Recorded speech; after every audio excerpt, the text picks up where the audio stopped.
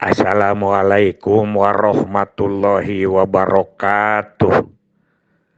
Bismillahirrahmanirrahim. Alhamdulillahillazi anzala sakinata fi qulubil mu'minin liyazdadu imanama imanihim. Asyhadu an la ilaha illallah wahdahu la syarikalah wa asyhadu anna Muhammadan abduhu wa rasuluhu alladzi la nabiyya ba'dah amma ba'du. Bapak, Ibu, dan kawan-kawan sekalian, malam ini mari kita lanjutkan tentang bahasan kita mengenai pembinaan generasi muda jalur Bangga Kencana. Apabila kita telah melihat kembali perjuangan kita dari tahun 70 sampai tahun 2000 lebih, maka Aki akan memberikan satu ilustrasi tentang bagaimana cara membina yang sama-sama dipikirkan dengan orang lain. Jadi bukan pemikiran kita aja. Nah, alhamdulillah Aki lagi di Ciamis disekolahkan. Kemana? Ke Fakultas IPM. Indeks Pembangunan Manusia Aljabar. Emang Naki ada fakultas IPM? Ada lah ya. Waktu itu jurusan adalah PPK. Program Pendanaan Kompetitif. 4 tahun Aki belajar di sana dan disinilah kedewasaan Aki mulai. Selain daripada mengerti tentang program KB, juga Aki paham tentang pembangunan manusia Indonesia seutuhnya. Milik ya, milik itu. Kalau sekolah berapa itu, ya. Nah, sebelum sampai kepada cerita tentang Pituin, program pemudi tunda usia kawin, Aki akan cerita tentang PPK IPM secara keseluruhan dan rinci. Mengapa? Ternyata sekarang yang diimpreskan oleh Presiden nomor 3 tahun 2002 tentang optimalisasi kampung KB itu lebih ngambang daripada IPM. Atau IPM lebih tajam daripada Inpres nomor 3. Karena Inpres nomor 3 itu di situ hanya disebut paling bawahnya itu adalah IK. Ya. PPIK itu pemberdayaan, penguatan institusi keluarga. Jadi sampai institusi keluarga. Sedangkan IPM itu adalah individual.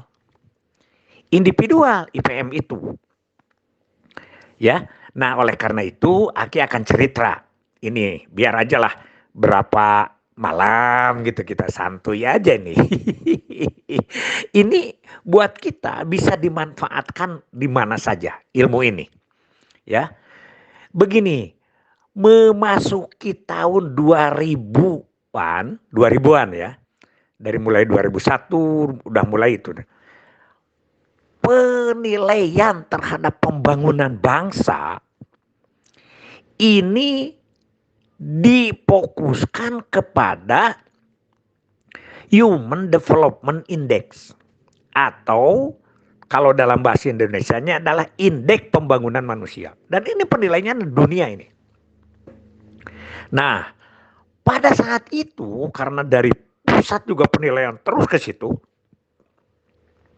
keberhasilan daerah itu diukur oleh IPM, maka kabupaten kota, provinsi pada saat itu sampai kepada para camat semuanya tidak ada kata lain kecuali IPM. Gitulah seolah-olah. Karena apapun yang dibangun itu semuanya harus jadi IPM. Pemda, TPAD, tim penganggaran daerah itu tidak mengeluarkan anggaran sepeser pun kecuali alasan untuk meningkatkan IPM. Berat waktu itu. Yang tidak karena ada kaitannya dengan IPM itu dicoret. Semua fokus. Nah, itu di daerah seperti itu. Kemudian Provinsi Jawa Barat tersulut ini oleh IPM ini. Kan Provinsi Jawa Barat itu provinsi besar, disebut provinsi maju dengan populasi penduduk terbesar, begitu kan? Wah, sumber-sumbernya juga, sumber-sumber daya manusianya juga keren-keren lah di Jawa Barat ini. Tapi dinilai IPM-nya kita berada di posisi ke-16. Di posisi ke-16 kalah oleh Bengkulu. Oke, lupa lagi nomor 1 dan urutannya.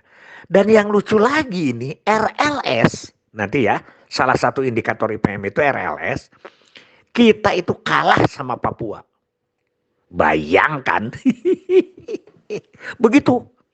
Nah, oleh karena itu maka dari situlah Jawa Barat itu Pak Dani Setiawan, ya gubernurnya kan Kang Dani itu waktu itu Pak Dani Setiawan, itu segera berpikir tentang IPM. Akhirnya beliau mengambil salah seorang teknokrat, yaitu Profesor Denny Juanda. Itu nggak tahu ya, kalau setahu ATK malah dosen ITB lah. Bangsa reng-rengannya Pak Ridwan Kamil sekarang mungkin ya begitu. Beliau dikontrak, disewa seperti liga saja gitu. Pemain liga dari luar negeri. Ada pemain yang dibayar gitu ya. Untuk meningkatkan IPM Jawa Barat. Harus gimana ini caranya? Nah, dari situ dibentuklah tim IPM Jawa Barat. Ya, tim IPM Jawa Barat ini yaitu ada tim yang begitu lengkap dari mulai perguruan tinggi, para birokrat, ya, NGO, LSM, sampai kepada ahli-ahli tani dan lain sebagainya itu masuk ke tim itu. Ya, dibagi 3 timnya itu. Dibagi 3 dan dibagi 3. Dibagi 3 yang pertama adalah dibagi tim untuk proposal. Proposal itu berbeda. Ada proposal awal, proposal penyiapan untuk kesiapan untuk menjadi peningkatan IPM dengan segala hitung-hitungannya. Lulus dari situ masuk lagi ke proposal implementasi. Program-program di situ. Setelah proposal program-program harus masuk lagi ke program hasil. Berapa kira-kira kontribusinya terhadap IPM, baik itu IPM kabupaten maupun itu IPM provinsi. Itu timnya. Keduanya timnya dibagi 3 sesuai dengan indikator IPM. Ada tim pendidikan, ada tim kesehatan, dan ada tim daya beli. Di dalamnya ada teman-teman Aki yang lama, yang tim oke. Tim oke itu tim Olokerjo. Waktu kita ke Hapia di Jabar. Itu semua hampir masuk. Termasuk yang dari UNICEF, Pak Bram diundang. Berapa lagi lah ahli-ahli ekonomi dari Jakarta. Digaji dan itu besar gajinya. Ulah, jangan kira ya. Begitu, jadi dibuatlah. Nah, ditawarkanlah kepada kabupaten kota yang siap berapa mau meningkatkan IPM. Waktunya 3 tahun. Waktunya 3 tahun.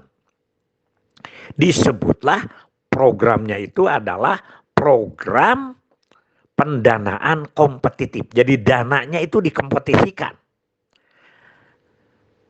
Waktu itu dibagi 3 klaster. 3 klaster sesuai dengan kemampuan meningkatkan IPM. Ada klaster 1 dengan biaya 25 miliar untuk pembangunan ditambah dengan biaya manajemen. Klaster 2 itu adalah 15 juta. 15 miliar. Jadi klaster 1 itu 25 miliar per tahun. Klaster 2 itu 15 miliar per tahun. Jadi kalau 3 tahun itu 45 miliar. Kalau yang 25, 3 tahun 75 miliar. Dan klaster ketiga adalah 10 miliar per tahun. Nah, disitulah ujian-ujian yang mulai kita belajar. Itu yang namanya apa? Aula Barat dan Aula Timur Gedung Sate itu adalah kelas-kelas itu. Kelas apa? Ya, kelas belajar. Kelas belajar. Seminggu sekali, seminggu 2 kali tim itu ke Jawa Barat. Nah, mulanya Aki tidak ke bawah, ya. Tapi bagaimana Aki sampai ke bawah? Besok kita bahas. Sekarang sampai di sini saja dulu. Billahi fisabilil haq. Wassalamualaikum warahmatullahi wabarakatuh.